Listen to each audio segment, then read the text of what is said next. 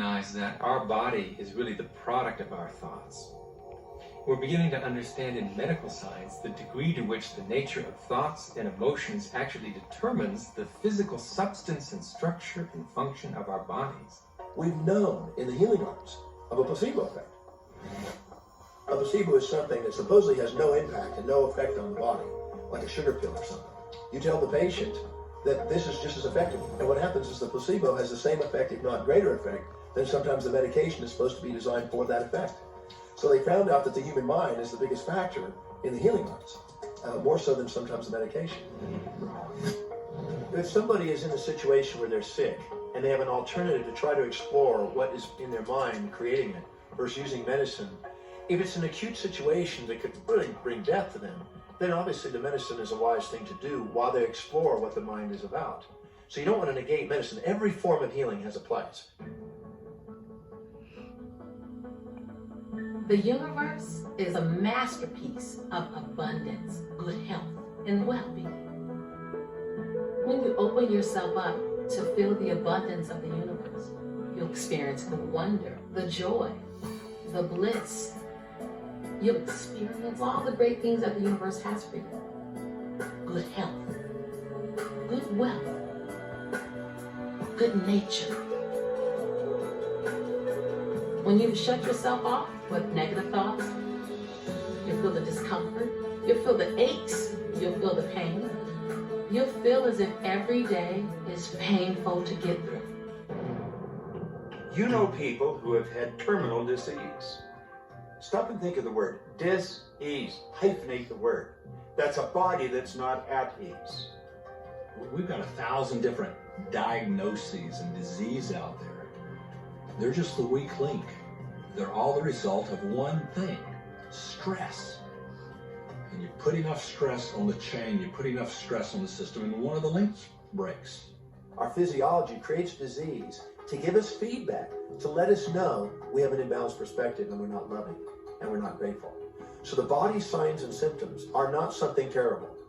The question that's frequently asked is when a person has manifested a disease in the body temple or some kind of discomfort in their life, through the power of right thinking, can it be turned around? And the answer is absolutely yes. On November 23rd, I was diagnosed with breast cancer. I truly believed in my heart, with my strong faith, that I was already healed. During the day, all day long, I would just say, thank you for my healing. On and on and on I went, thank you for my healing. I believed in my heart I was healed. I saw myself as if cancer was never in my body. One of the things I did to heal myself was to watch very funny movies. That's all we would do, was just laugh, laugh, laugh. We couldn't afford to put any stress in my life because we knew stress was one of the worst things you can do while you're trying to heal yourself. From the time I was diagnosed, which was November 23rd, to the time I was healed totally was approximately 3 months. And that's without radiation and chemotherapy. Well, we come with a basic program. It's called self-healing. You get a wound, it grows back together. You get a bacterial infection, the immune system comes and takes care of those bacteria and heals it up. The immune system is made to heal itself.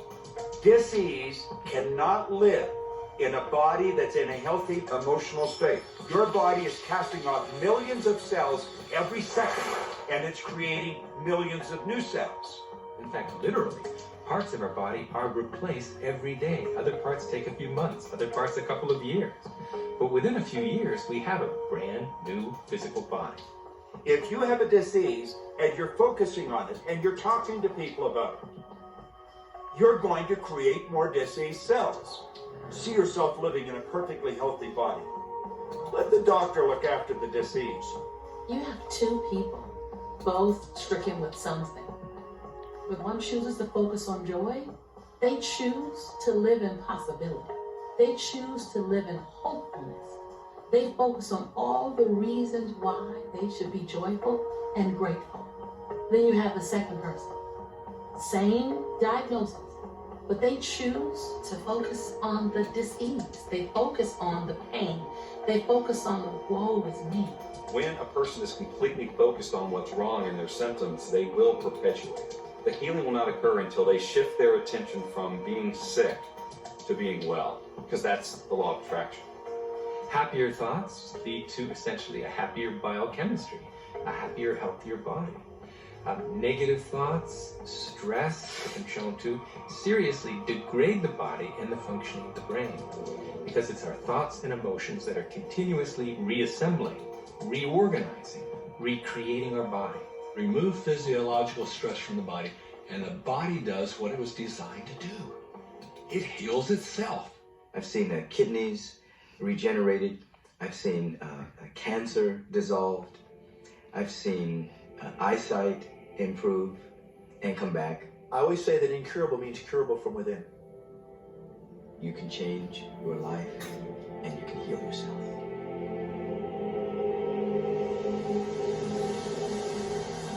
Well, my story begins on March 10th, 1981. It really changed my whole life. It was a day I'll never forget. I crashed an airplane.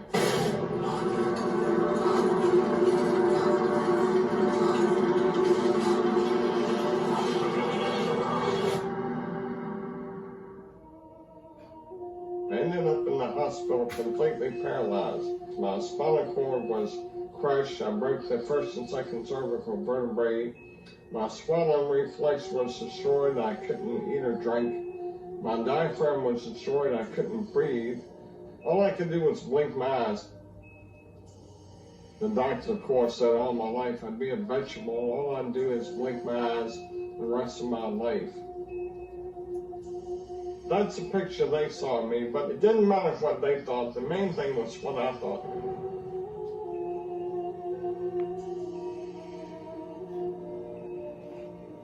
I pictured myself being a normal person again, walking out of that hospital. The only thing I had to work with in the hospital was my mind. As long as you have your mind, you can put things back together again.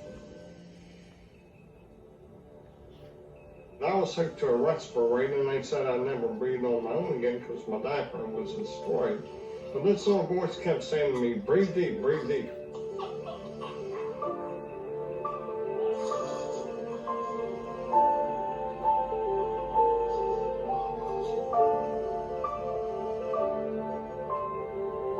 Finally, I was weaned from it. They were at a loss for an explanation. See, I could not afford to allow anything to come in my mind that would distract me from my goal and from my vision.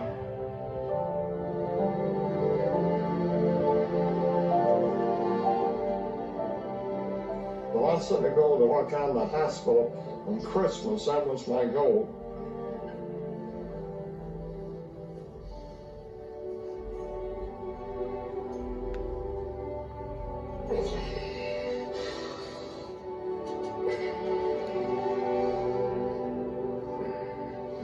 Later, I walked out of the hospital on my own 2 feet.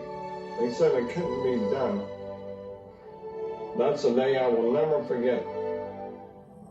For people that are sitting out there right now watching this program that are hurting, if I wanted to sum up my life and sum up for people what they can do in life, I would sum it up this way in 6 words. Man becomes what he thinks about.